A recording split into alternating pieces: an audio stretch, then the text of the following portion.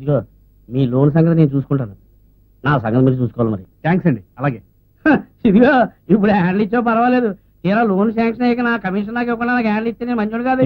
మంచోడు అదే ఎంత ఇస్తే బెటర్ అని. ఏముందయ్యా, ఇన్స్టాల్మెంట్ 5,000 చెప్పిన ఇవ్వండి. ఈ మధ్య మా ఆవిడ డబుల్ బెడ్రూమ్ ఫ్లాట్ కావాలి గొడవట్టేస్తుంది. ఇంకో బెడ్రూమ్ ఎవడకో మా ఆవిడ నిప్పయ్యా, ఆ నాన్న కట్నం ఇవ్వను ముర్రు అంటే పట్టుబడి 2 లక్షలు కట్నం ఇప్పించింది మరి. ఓహో మేడ్ ఫర్ రీచ్ అదర్ అనమాట. ఇదిగో మీ టీ డబ్బులు ఇచ్చేసండి, నేను అప్లికేషన్ ఫార్మ్స్ తీసుకొస్తాను. రండి. నీ పేరు? ఎస్ గోపాలరావు. వయసు? 28. సెక్స్? ఇష్టమే. మేలు. ఇదిగో ఏదో చదువుకున్న కుర్రోళ్ళు కదా అని హెల్ప్ చేస్తాను. మా మేనేజర్ సంగతి మీకు తెలియదు, పేరుకి ధర్మరాజే. ఇన్స్టాల్మెంట్ కట్టడంలో తేడా ఏమైనా వచ్చిందనుకో ఈ అమ్మ ధర్మరాజు అయిపోతాడు. నేను వదలనయ్యా. మా మేనేజర్ నా సంగతి నీకు తెలీదు. నా పేరు ధర్మరాజు. అదేంటి పార్ట్ టైం జాబ్ కింద గేదెలు కడుతుంటాడా? కాదయ్యా, పాలాపరానికి లోన్ ఇచ్చాడు, ఇన్స్టాల్మెంట్ సరిగ్గా కట్టట్లేదని రికవరీ కోసం గేదెలు దొరుకుచేస్తాడు.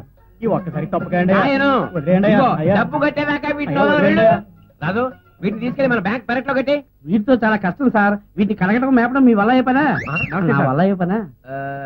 సూర్య అయ్యా నమస్కారం అయ్యా. మూడో ఇన్స్టాల్మెంట్ ఎందుకు కట్టలేదు? కొంచెం ఇబ్బందిగా ఉంటాను. పాలు ఎక్కడ పోయించుకుంటున్నావు? చిలకలు ఎరమ దగ్గర అండి. అంత బాగుంటాయా పాలు? మనిషి మాత్రం చిలకలా ఉంటుందండి. ఆవిడ గురించి తప్పుగా మాట్లాడుకో. పరాయి మగాడు గుమ్మ ఎక్కదో, ఆవిడైనా ఎక్కితే కాదందు.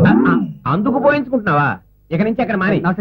వీటిని తీసుకెళ్ళు, బాగా మేపు, పాలు పిండు, ఆ డబ్బు ఇతని అకౌంట్ లో కట్టి, చిక్కటి పాలతో టీ కాచి నీ ఇన్స్టాల్మెంట్ కట్టి. అయ్యా అయ్యా దయచేసి నువ్వు పని చేయి, కావాలంటే పేడ పట్టుకెళ్ళు. నమస్తే సార్. Good morning. కూర్చో. నమస్తే సార్. ఎవరయ్యా వీళ్ళు? బస్సు లోన్ కోసం. ఓడికి బస్సాలు నమస్కారం పెడుతుంటే అనుకున్నాను లోన్ కోసం అని చెప్పి. అది కాదు సార్, మొబైల్ క్యాంటీన్ లోను మనం చెప్పాను కదా. హరిశ్చంద్ర రంగస్థల మార్తాండ, ఆంధ్ర హరిశ్చంద్ర, ది గ్రేట్ సీతారామయ్య గారు అబ్బాయివా? సత్యయోగ పదన్యాసి వారణాసి భవదురిత క్షాత్ర వకరాసి వారణాసి. జీన్స్ ఎక్కడికి పోతాయి? రంగస్థలం మీద మీ నాన్న పాడుతుంటే ఆ రోజులు మళ్ళీ రాబోయే. మాకు లోన్ ఇస్తే మేము మళ్ళీ దా లోపలికి వెళ్ళి మాట్లాడు. మీ నాన్నగారి మీద నా అభిమానంతో నీకు లోన్ శాంక్షన్ చేస్తున్నానయ్యా. వివరాలు మా క్లర్క్ చెప్పాడు. నాకు మనిషి నచ్చితే బస్సుకే కాదు బాత్రూమ్ కట్టుకోవడానికి కూడా లోన్ ఇస్తాం. అయితే బేసిన్ మీద మా బ్యాంక్ పేరు ఉండాలి. అప్లికేషన్ పూర్తి చేయించావా? చేయించాలి సార్, అన్ని కరెక్ట్ గానే ఉన్నాయండి కాగితం మీద. బస్సు కూడా కరెక్ట్ గానే ఉందండి. బస్సు ఎంత ఉంటుంది? ఒక 50 కేజీలు ఉంటది. నీ చమత్కారం నాకు నచ్చిందయ్యా. It's all right. కానీ నాతో చమత్కారాలు ఆడేవాడికి లోన్ ఇవ్వను. అయ్యి బాబు ఇది చమత్కారం కాదు సార్, ఆ బస్సును వీళ్ళ నాన్నలా చూసుకుంటాడండి. తండ్రికి వాల్యూ కట్టగలరా సార్ మీరు? It's all right. బస్సును కూడా చూడకుండా లోన్ శాంక్షన్ చేస్తున్నాను. ఇదిగో వివరాలన్నీ తీసేసుకో. అలాగే థ్యాంక్ యూ సార్. థ్యాంక్స్ అండి. ఇంకెప్పుడు వాడిని తీసుకురా. అలాగే సార్. హలో, ఈ వారం విచిత్ర ప్రపంచం సిరీస్ లో మరో విచిత్రమైన టాపిక్ తో మీ ముందుకు వచ్చాం. పూరిల్లు, తాటాకిల్లు, పెంకుటిల్లు, మేడలు, వీటిలో నివాసం ఉంటున్న మనుషుల గురించి మీకు తెలుసు. అలా కాకుండా బస్ లో కూడా నివాసం ఉండొచ్చు అని ప్రూవ్ చేసిన ఓ వ్యక్తిని మీకు ఇప్పుడు పరిచయం చేస్తాం. కమా. నమస్కారం అండి. నమస్కారం అండి. మీ పేరు? గోపి. నా పేరు పాపిగాడి. ఈయనెవరు? నా మెడకి డోలు. మేము ఇప్పుడు మిమ్మల్ని కొన్ని ప్రశ్నలు వేస్తామండి. ఎన్ని మార్కులకి? మీరేం చదువుకున్నారండి? అంటే మెట్రికులేషన్ బట్ ఫెయిల్. మీరు ఈ బస్ ని ఇంటిగా ఎందుకు మార్చుకున్నారో చెప్పగలరా? అప్పట్లో మా నాన్నగారు నాటకాలు వేస్తుండేవారు. హరిశ్చంద్రగా ఆయన ఆంధ్ర ఫేమస్. రూపంతా ఈ బస్సులోనే తిరిగేవారు. అసలు పుట్టింది ఈ బస్సులోనేనండి. అమ్మా నాన్న పోయాక వాళ్ళ గుర్తుగా నాకు మిగిలింది ఈ బస్సు మాత్రమే. బస్సు రెంట్కి తిరగకపోవడంతో ఇంటి రెంట్ కట్టడం కూడా కష్టమయ్యేది. అందుకే ఈ బస్సుని ఇల్లుగా మార్చేశాను. ఈ బస్ ని మీరు ఏదైనా ట్రావెల్స్ కి వచ్చు, లేదా ఏదైనా స్కూల్ పిల్లల బస్ కన్నా కన్వర్ట్ చేయొచ్చు. ఈ బస్ మీద సంపాదించడానికి మీరే ప్రయత్నాలు చేయలేదా? అనుభవం కూడా అయిందండి. అలా కూడా ట్రై చేసామండి. ఒక రోజు ఒరే గోపే, నీకు భయంకరమైన గుడ్ న్యూస్ రా. మన బస్సుకో పార్టీ దొరికింది తెలుసా? పార్టీ దొరికిందా? యాక్చువల్ గా రాజు ట్రావెల్స్ ఉంది. నేనే మేనేజ్ చేసి మనం కట్టుకొచ్చాను. ఎక్కడికి వెళ్ళాలి? విజయవాడ వెళ్ళాలి. పెళ్లి పార్టీ ఎప్పుడు? ఎల్లుండే. అయినా అంత ఎదవలు కాకపోతే మన బస్సు ఎక్కడానికి ఒప్పుకుంటారా? చాలే. ఎంత ఇస్తా ఉన్నారు? 1200 రా. 1200 రా. 2500 ఇస్తున్నారా బయట? అది లగ్జరీ బస్సులకు లాభం. మన ఎలర్జీ బస్సు. అసలు ఒకసారి బస్సుని చూస్తే ఎవడో ఫ్రీగా ఎక్కమని. నోర్మయ్. ఒరే అది కాదురా, అంత తక్కువ తింటారా? అసలు ఒక్కరేగానే వెళ్ళొస్తేనే కదరా మంది బస్సు వాళ్ళకి అర్థం అవుద్ది. సర్లే అమ్మయ్యా ఫస్ట్ డబ్బులు రాగానే నేను పాస్పోర్ట్ కి అప్లై చేసుకోవాలి. ముందు బస్సు బ్రేక్లు వేయించాలి. అయ్యి బాబా మన బస్సుకు ఇప్పుడు బ్రేక్ లేవా? మన జీవితాలకే బ్రేక్ లేవురా. మన బేబత్సమైన బస్సు అని చెప్పి అవతల బిల్డప్ ఇచ్చి వచ్చాను. వాళ్ళని ఏం చేస్తారు ఇప్పుడు? ఏం అక్కర్లేదు, ఎక్కడ బొక్కలు ఉన్నాయో అక్కడ పువ్వులు ఆకులతో కవర్ చేద్దాం. టోటల్ గా ఒక పెళ్లి బస్సు లాగా.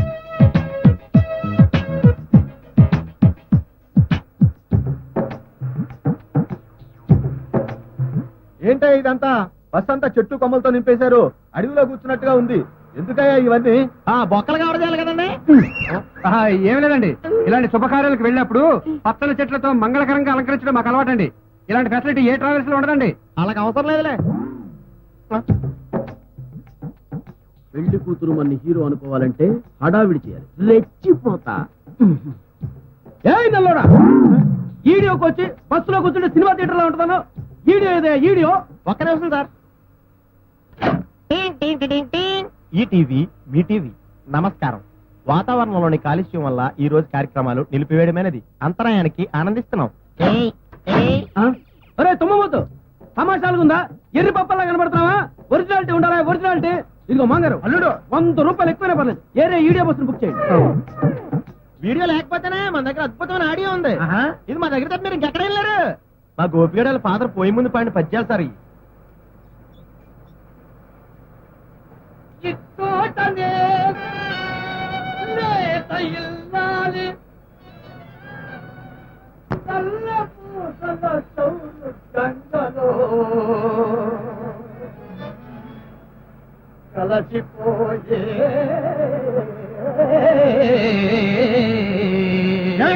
నీకేమైనా బుద్ధుందా? శుభవాన్ని పెళ్లి కట్టుంటే కాన్ఫీడ్ వచ్చా పెడతావా? అబ్బో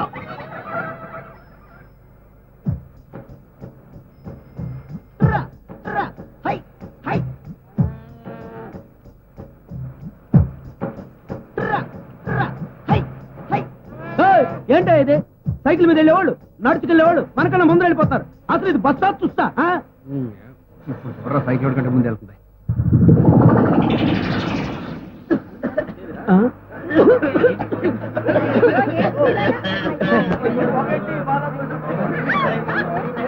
బస్సు కాలిపోతున్నట్టుందే. Hello, fire సర్వీసా?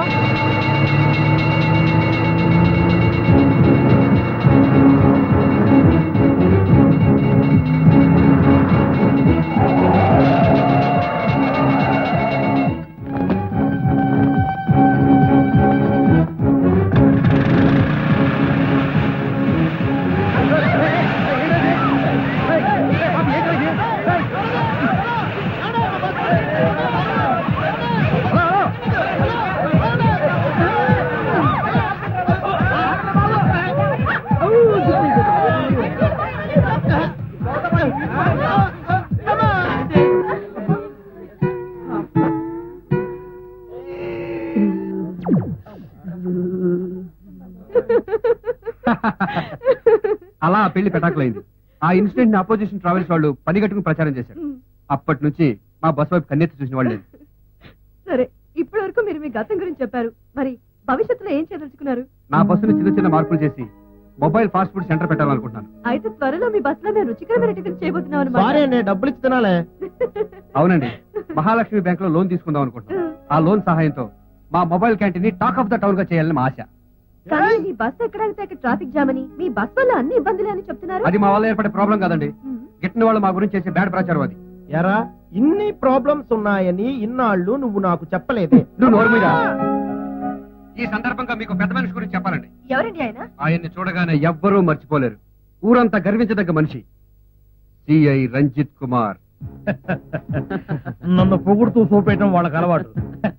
పిచ్చదవం. ఆయన్ని రంజిత్ కుమార్ అంటే ఎవరూ గుర్తుపట్టరు. స్మగ్లర్ వీరప్పన్ అంటేనే గుర్తుపడతారు.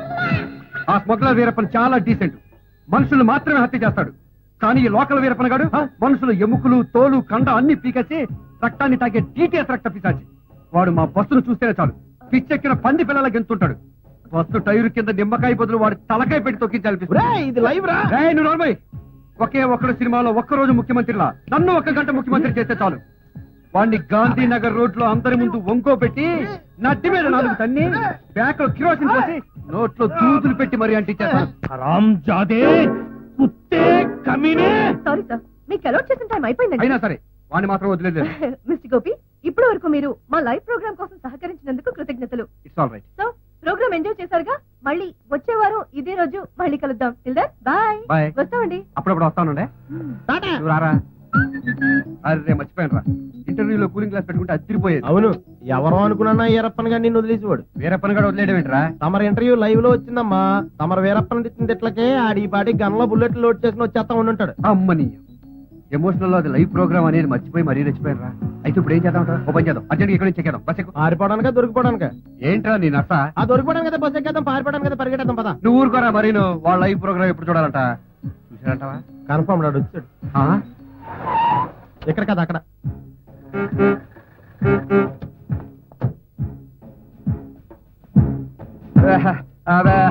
నమస్కారం సార్, ఇప్పుడే మీ గురించి తలుచుకున్నాం. ఎరా మీకు 100 years confirm. Constable yes sir. Kerosene డబ్బా వాడికివ్వు, అగ్గి పెట్టే వీడికివ్వు. ఊవ్వ! తన్ను వద్దు సార్, తన్ను బాగుండదు సార్. తన్ను నీ అబ్బా నువ్వు తంటావేరా? మీరే కదా సార్ నన్ను తన్నమంది. నేను తనమని నిన్ను కాదు వాళ్ళని. పో. Yes sir. ఏమన్నావు? గాంధీనగర్ రోడ్డులో నన్ను ఒంగోబెట్టి, ఎక్స్క్యూజ్ మీ, ఇది గాంధీనగర్ రోడ్డు కాదు కదా, ఈ సెంటర్ అడ్జస్ట్ అయిపోతావు కదా. నన్ను ఒంగోబెట్టి నడ్డి మీద తన్ని, ఇంకా ఏమన్నావు? ఇంకేమన్నా సార్? గుర్తు తెచ్చుకో. అదేరా ఒంగో పెట్టి నటి మీద వెనకాల కిరసనాల పోసి సెట్టింగ్ చేస్తాను కదా, మర్చిపోవా? నువ్వు నోరుమోయ్. అలాగే. పోయిరా, కిరోసిన్ పోసి అంటించు. తన్ను. ఏంటి తంతేగా నొప్పులేడు, తన్న హేదోట అయిపోతా. తన్నరా. సారీ సార్, అప్పుడేదో ఆవేశంలో మాట్లాడాను. ఈసారి క్షమించండి. టీవీలో నా ఇజ్జత్ తీసావు కదరా.